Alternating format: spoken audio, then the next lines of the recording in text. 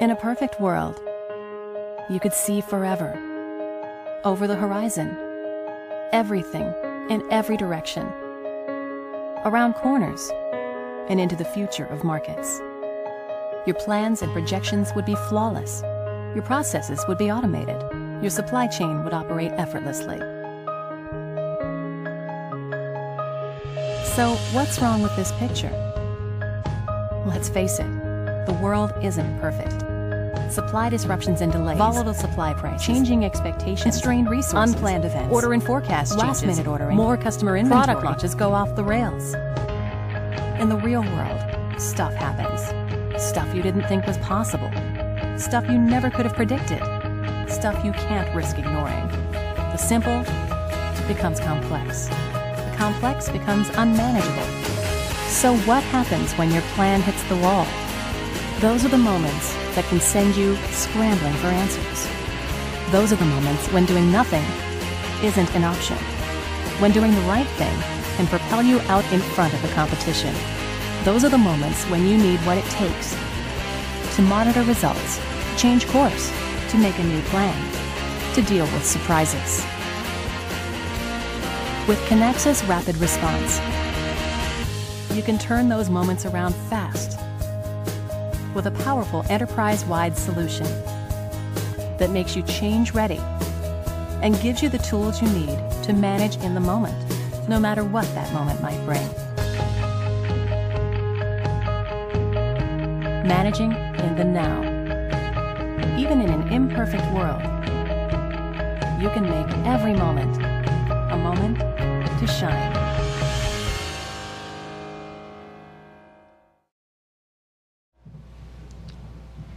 Okay, we should get the slides up now. So, boy, it's tough following on behind a New York lawyer who speaks that quickly. But I have one-upmanship on him. Is Kevin around? I can't see him here. He's gone out. But I was in Shanghai 2 weeks ago. I was in the UK last week. I live in Toronto, and I'm in the West Coast this week. So I have no idea what time zone I'm on. I'm sleeping roughly 3 hours at a time. So if I fall asleep in the middle of my talk, please forgive me. Okay. So the opening was a very good intro to what we see is to be some critical issues within the supply chain. And really the question is, how much can you get out of forecasting? And I was very pleased with the fact that Mike came up. They have had great improvements. We are not people who say you don't need to plan. You absolutely need to plan. But if you look at what Mike said, is that they are planning at the volume level, and they're planning at the product level, product family level, and at that level they are still getting 30% MAPE. Now if they go to planning down at the individual item level that customers are likely to buy, that's going to increase the complexity of their planning by 200% or greater than 200%. What is going to be their forecast accuracy at that point? So the question that we really pose in is, what are you doing about that other 35, 40, 50% that you have not planned? How are you going to recover in those situations? Because very often it is the manner in which you deal with the now and the deal with the real customer orders that determine whether or not you make a profit. So how can you respond profitably? So I'll go through some business drivers. Why collaborative? We heard both Mike and Kevin talking a lot about collaboration with partners. We think it's also very important. Why continuous? We believe that planning is a continuum. You do not necessarily have to have the same people doing the same thing, but your data needs to be all within a continuum. People, process, and technology. We've heard both Kevin and Mike talk about the fact that they have had to deploy technology, but we hear many of the process people who say that technology is not necessary. Well, as a vendor, I'm sorry, I do have to disagree with that perspective. And then we'll talk lastly about continuous and collaborative S&OP, because I think that is a very important aspect. So business drivers. Dell had a wonderful diagram up there, far more complex than anything we've got up here. But what's driving it? It's the pervasive and global outsourcing. Why is Kevin based in Shanghai when he's from New York working for a company in Austin? Well, because that's where most of their manufacturing and the repair is located, and therefore they need to move there. So that's all about the pervasive and global outsourcing. Product portfolio proliferation, we heard Mike talk about it, we heard Kevin talk about it. It's just becoming more complex. The products are becoming fewer, and therefore your forecast accuracy is a lot more difficult to achieve. Shrinking product life cycles. These little digital cameras, the average life cycle is 3 months. A cell phone is 6 months. If you're planning once a quarter, or even once a month, what are you planning? Right? The cycles have to become shorter. So if you're going to do a forecast once every month for a product that has a 3-month life cycle, there's not much that you're going to be able to predict about its behavior. And that's all leading to increasing demand volatility. So this is a study that came out of Terra Technologies, and they're looking at a 1-month lag of a forecast, and the MAPE was between 31 and with plus or minus 12%, meaning the forecast error range was between 19 and 43%. Okay? So there's still quite a lot of forecast error there. And 8 years ago, it was 36% with a plus 10% MAPE. So there has been improvement over the years. And again, I want to stress, I think everybody needs to plan. I think everybody needs to understand what they need to procure. Everybody needs to understand where they're going to build new factories and why, etc. But it's also, you need to understand the consequence or the inaccuracies of what you have to be able to understand how you're going to respond profitably to what real demand is. Within high-tech electronics, why is it not moving? Okay. So anecdotal, we deal with a lot of high-tech electronics, lots of the big names around. We ask them questions. They're telling us that anecdotally, they struggle to get their MAPE below 50%. And this is now talking about fully configured items going out to specific customers. It's not necessarily shipped items or at the product family level from the factory. So that's a lot of uncertainty that you're dealing with, that you have built into the supply chain. So how are you going to be dealing with that 50% MAPE? Sorry, I think there's a question. Yeah, Trevor, are you talking about product family or are you talking about item level? I'm talking, this is at item level, okay? And so really the question is, where's your next breakthrough in supply chain performance going to come from? Are you really going to be able to squeeze a great deal more out of forecasting and planning better? Or are you going to be able to squeeze a lot out of your supply chain by learning and training that supply chain to be a lot more responsive? Hao Li, just a few miles down the road here at Stanford, has talked for many years about the AAA supply chain. Agile, aligned, and adaptable. And this is really what we need. So it's not just us and our opinions. McKinsey's been saying this for some time. So you can't predict the future, so build the organizations and the supply chains that can survive and thrive under any of the possible futures. Of course, there's cost associated with it, but there's also the necessity to really understand that there's also flexibility that you're getting from this, flexibility to be able to satisfy customer demand. And just one from McKinsey, and if we look at this, they're talking about moving to quarterly budgeting. Well, if your budgeting is moving to a quarterly cycle, your forecasting is going to have to be a lot more responsive than once a month. Talking about rolling forecasts, zero-based budgeting. Forget about all of your assumptions that you had made and start a whole big cycle again. But not all markets are dealt with the same. But this is high-tech electronics. That's the principal focus of it. And you guys are focused down in this area. And notice that this is more difficult to forecast. Now, I've changed this around a little bit. This is a measurement of demand stability, whereas most frequently in slides coming up is going to be talking about the coefficient of variability, which is actually the standard deviation of the mean, meaning that the items out here are more difficult to forecast, but I've changed that around. But the other point that is really important is look at the size of the bubbles. This is the average life cycle or rough life cycle or comparative life cycle between the different industries.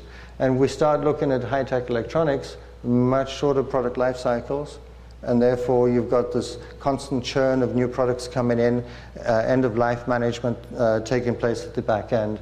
So it makes the whole management of the supply chain very difficult. With mass customization, with these shrinking product life cycles, with the idea that every customer requires their own product, we're moving everything down into this bottom left-hand corner where it's increasingly difficult to forecast. And the key point here is also, no matter how accurate your forecast is, it's not going to reduce the volatility of your demand. So to many people, this does not seem intuitively correct. Now, we do build in some volatility by running promotions and other things like that, but the essential point is if your demand is volatile, you can forecast it accurately, but if you don't have a supply chain that is responsive and able to absorb that volatility, you're stuck. Okay? You're going to have to just build inventories or other things like that as a way of coping and compensating. So this is the more usual way of trying to do segmentation using the coefficient of variation, which is the standard deviation of the mean. So these items out here means that the standard deviation is 3.5 times the size of the mean. So if you can tell me that you can forecast that stuff, please come and apply for a job at Kinaxis, because we'd love to be able to learn how to do that stuff. Okay? So how these are normally put together is that at the top there, you've got the items that contribute 80% of the volume of your sales. Now, you can be measuring this on a weekly sales cycle or monthly. That's your actual sales cycle. And that accounts for 80% of your variability. So how can you segment your supply chain so that you can operate in this environment a lot more easily? So the idea is that over here, where you've got high volumes and a fairly predictable demand, you can work and make to stock, because you know that you're going to be able to ship that stuff. It's fairly predictable. Down here, you run a pull system because it's low volume, even though it's predictable demand. Here you make to order because it's unpredictable, so give the customer longer lead times and make it only when you require. But over here is configure to order. This is where you now put postponement strategies in, and you have partial builds, and you complete to actual order. But guess what? Mass customization is pushing everything down in that direction. Okay? So no longer are those items as high volume, because now they're specific, to Mac's point, now that he's actually looking at the specific items that he's trying to satisfy, the particular display panels, the particular mechanism for dispersing cash, etc. The customers choose those specific to their requirements, and oftentimes I know enough about their business that the same bank will choose different configurations in different areas. Okay? So now they are definitely coming down this area that if you look at it at the product family level, it might be up there, but if you look at the product item level, it's way down here. So the other key point I want to make is that we have another customer, confidentiality means I can't tell you who they are, but they did an analysis similar to this of all of their products. And they found that 90% of their margin was coming from this area. Even though the make-to-stock items here accounted for a great deal of their volume, their margin was coming from this area, because these were where the new product introductions were all based. They didn't yet have enough history to be able to have a predictable demand pattern, so they had to operate in this area. So it's not just measuring volume, it's really important using this type of analysis to also overlay an analysis of margin. How are you going in eliminating mass customization? Well, I'm saying that mass customization is forcing you to go into configure to order. Okay? The idea that customers want more and more specific products means that you need to adopt configure to order and postponement strategies so that you are delivering at the late stage. Okay? Now HP, and I know they're in the room, and I wish I could claim them as a customer. Whoever is here from HP, you can come and talk to me later. I'm glad to sign you a check. But they have a wonderful way, and it's a lot of work that was driven some years ago by Hao Lee and Corey Billington, who's now teaching at IMD in Switzerland. But this is this is within a product family or product group. They segmented the demand into a low scenario, which they knew that they had a fixed quantity contract, or they would set up a fixed quantity contract with a supplier and ship everything in a very lean fashion. They would even box them in the outsourced environments and ship them in complete boxes across the ocean, because this was a very steady supply. And they really worked on the suppliers to reduce price around that area. On the flexible quantity contract or the base scenario, they said, okay, so how much variability is there and that we feel we can absorb? And we'll do some late stage configuration around that, but accept higher prices. And then there's the high scenario. This is the upside. If we had to be able to capture all of the market share that we might want to do, how much is that going to be? But that's also highly unpredictable. So let's put in a supply chain that deals with specifically that, but has higher cost. So our margin might be lower. We're going to capture more margin, more market share. Down here, we're going to capture more margin. Okay, so very clever way of organizing the supply chain according to stratification of demand. And I want to emphasize that they're not talking here about across products, but within a product. This is how they segmented the demand. But here's my opinion of it. That's the original diagram that they have with the 400 down to 0 and the low base high. So what would you do and how would you configure your supply chains if those were different? If this was the reality of what you had, of what you were confident of, versus this one. Now, I would argue that high-tech electronics is actually mostly in that space, especially when you move into the consumer electronics space, especially when we've heard repeatedly about shorter and shorter product life cycles, about more and more customization and configuration specific to customers. So would you really operate this supply chain in the same manner as this one? I think not. And that one, quite frankly, we have some CPG people that we know, they operate in that area. I don't know any high-tech electronics companies that operate in that space. So I ask again, in that context, where's your breakthrough going to come from? Is it really going to be from being able to plan in the short term and plan in the medium term and forecasting, or are you going to be best focusing on the responding profitably to planned variance? And let me emphasize, I don't mean it's planned variance, but this is real customer demand. This is not what you thought they would need, but this is what they're actually asking for.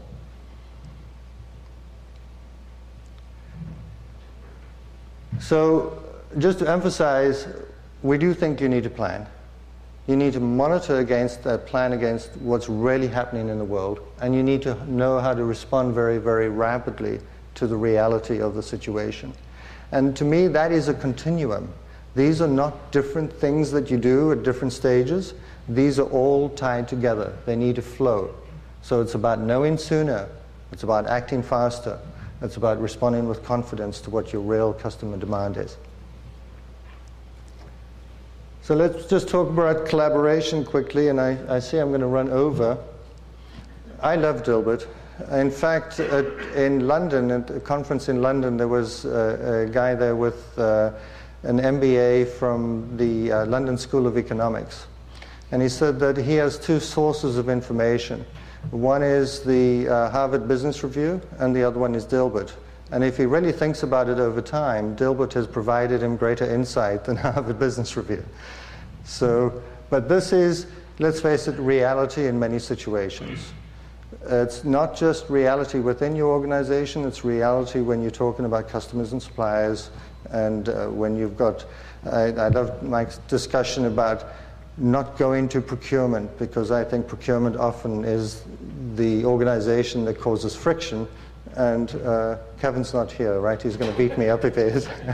But combining lawyers and procurement is a scary thought to me. But we've known about this for many years. The Bullwhip Effect was described by J. Forrester in 1961. That's 50 years ago. Now, I'm only just old enough to have experienced that. There are many in this room who weren't alive when that was described, okay? And what was the central message? Multi-tier visibility and collaboration. It's about sharing information. If everybody knows what's going on and you share that information in a timely fashion, you'll be able to operate a lot more smoothly. So if we look at, this is the diagram I stole from one of the analysts and made some changes sufficiently that I can claim it to be partially my own. But we can see that the conflict comes from the fact that each of them have different goals and different wants, okay? And that's how they're measured. But the point is, in these highly outsourced supply chains, it's not just internal operations that you have to worry about. There are all sorts of external parties that you have to bring in as well. We've got customers who make less than 5% of what they actually sell. The rest of it is all made by contract manufacturers. They're in buy-sell relationships where they're buying components to sell to their contract manufacturers who manufacture the products to sell to their customers. Well, you need multi-tier visibility to be able to operate in that supply chain very effectively. So the key thing here is you've got to bring these people together. They've got to have a common language and a common way in which they discuss items and therefore be able to resolve issues. That doesn't mean that the procurement doesn't see dollars. That doesn't mean that the operations couldn't be working on the same data and look at it in units. But they need to all be using the same set of information. Why continuous? So this is another analyst diagram which I've changed sufficiently to call our own. But it is a standard diagram that we've seen over many years about the plan-in funnel. The idea that out in this area here, far out into the future, you've got many more degrees of freedom to change things. In business planning, you've got the degrees of freedom of decreasing, but down at execution, it's much more constrained. But what I found very interesting in this diagram is that you see the feed-forward loops over here from strategy to business planning to S&OP. And in the original diagram, there are no feed-forward loops going into tactical planning and execution. Yet there are feedback loops going from execution and tactical planning into S&OP. Now, I don't see that as correct. This is how you should be operating. Those organizations should be much more tightly coupled. Scenario planning is a key aspect to all of your operations, not just in the short term or in the long term. But we all know very much strategy discussions are all around scenarios. But it is about all of these different functions operating across the different time horizons on the same set of data and being able to look at the data in their specific pattern or the particular manner in which they're going to evaluate the information. Just a different perspective. This is an olive white diagram where they've broken out different supply chains or functions and operations, different processes within the supply chain function. Now, I worked for a number of vendors over my life, and I know many of the other vendors in the room, and I have a lot of respect for them. But here's something that I find very depressing, is that the applications have been separated out by function with separate data models, separate analytics, and separate user interfaces. The consequence is you get these black holes that exist. And let's face it, how many times have we heard already about Excel? And where's Excel? Excel is at all of these interfaces because you can't get the information backwards and forwards between these different processes and applications that you're supporting with these different processes. So we say, no, that's not the way to look at it. You really need to bring all of the planning functionality into a single model, single data model, have everybody participate in that data model, and in today's world, you need a 24-hour capability, because decisions you're making right now, well, in China, they're going to sleep. They need to have that data available to them in the next morning when they begin to work. So it's about bringing everybody together in a single data model, single set of analytics, single UI, so that they can evaluate and understand the information that's specific to them. Very quickly on process, people, and technology. So this is a Larry Lapidi description. Larry Lapidi was at MIT. Before that, he was at AMR, and I think before that he was at Gartner. I can't quite remember. But he's been around for many years. He's retired now. But he described 4 stages of S&OP maturity. And last year, Gartner actually attended this event. I don't see any of them around today. But at the event, they came to the conclusion that most companies are stuck in stage 1 or stage 2. Now, they described stage 1 and stage 2 slightly differently. But nevertheless, it's very similar given the history of Larry Lapidi within AMR. So the question was, well, why are most companies stuck in stage 1 and stage 2 in terms of S&OP process maturity? Well, if we look at the relative importance of technology, which I've tried to capture with these arrows up here, we can see that from their descriptions here, even minimal technology, that's mostly focused on process. Even down here, there's not that much requirement in terms of technology. But if you start moving over into the stage 3, there's a great deal more requirement for integrated processes, applications integrated around demand planning, supply planning, etc. Far more requirement. And we go to stage 4, we see event-driven meetings. So this is again where continuous comes in as far as I'm concerned. So Larry Lapidi, in 2008, he first published some of these ideas in 2005, was beginning to say that S&OP needs to be event-driven. It's not necessarily a regular cadence. Oh, I agree. You need a regular cadence. Don't get me wrong. But you also need to be able to manage in the moment. You also need to be able to, at any time, go and understand the impact that you're going to have on your financial metrics when you're making some decision at the operational level. When you're making a decision at the financial level, you should be able to understand what that means at the operational level. You need to tie those two things together. So just as a small little humorous section, I'm nearly done here. Most process analysts look at the description of S&OP as 70% process, 30% people, and 0% technology. Well, they actually give us slightly more. I don't quite agree with that perspective, and I don't agree from that perspective. Before working in vendors, I was actually for many years a management consultant. So I have a lot of the process stuff in the background. And the illustration I give is, what if your task was to cross the Grand Canyon? How would you do it? What skills would you develop? What tools would you require? Well, that's all going to depend largely on the capabilities that you have available to you, okay, and your objective. So somebody, and we've got one of our people here, Kerry Zuber, who regularly climbs in and out of the Grand Canyon, okay? But you're going to need different skills than if you're a cyclist. If you only want to cross the Grand Canyon once, you might well use Evel Knievel's technique, okay? But if you want to continue going across the Grand Canyon several times, you might deploy a helicopter.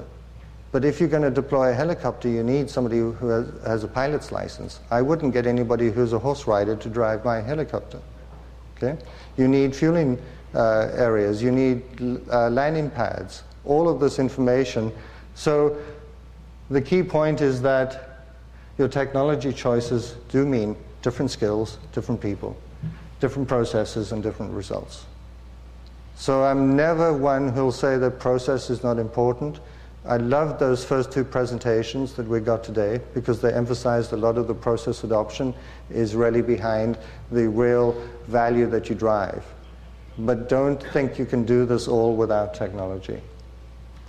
So just very quickly in closing, Henry Ford had some wonderful sayings, or he was said to have had some wonderful sayings. I don't know if he had a good marketing organization or whether he actually said this. But this one is one I love and ties to the previous one, because it's also about process. We all get stuck in our processes, and we all think that it's very difficult to move to a new process, a new structure, organizations. And it tends to be incremental changes that we're more comfortable with. So we really need to get away from that concept and understand what it is that we can drive in terms of change. The big picture is a lot more than the decal on the front of the car. Okay? So from continuous and collaborative S&OP, let's focus on the and. So the and between sales and operations. That's finance and supply chain. That's procurement and finance.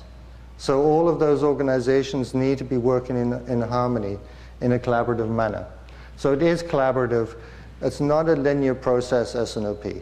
The best S&OP processes I have seen are not linear. They don't do forecasting, and then they do supply planning, and then they try and do finance reconciliation, and then they do executive S&OP. They bring this all together in a mismatch and work very effectively and very quickly. Event-driven, yes, you need a calendar process. Yes, I agree with Mike. You also need that ability to take people out from chasing every day and let them look into the future. But a lot of what your day-to-day effectivity is understanding what is happening today and how that is going to affect your future. And focus on just effective, not just efficient. Okay? Just an eye chart of some of the customers. You'll recognize some of them in this room. But with that, in the interest of time, I see I've taken 5 minutes more. I can blame the previous speakers for giving me 5 minutes less, but I've used 5 minutes more as well. So I'm actually going to maybe ask us to defer questions to the break okay. that we're about to have right now. Okay. Because we've had a little bit of a change in the schedule. I can hop up here.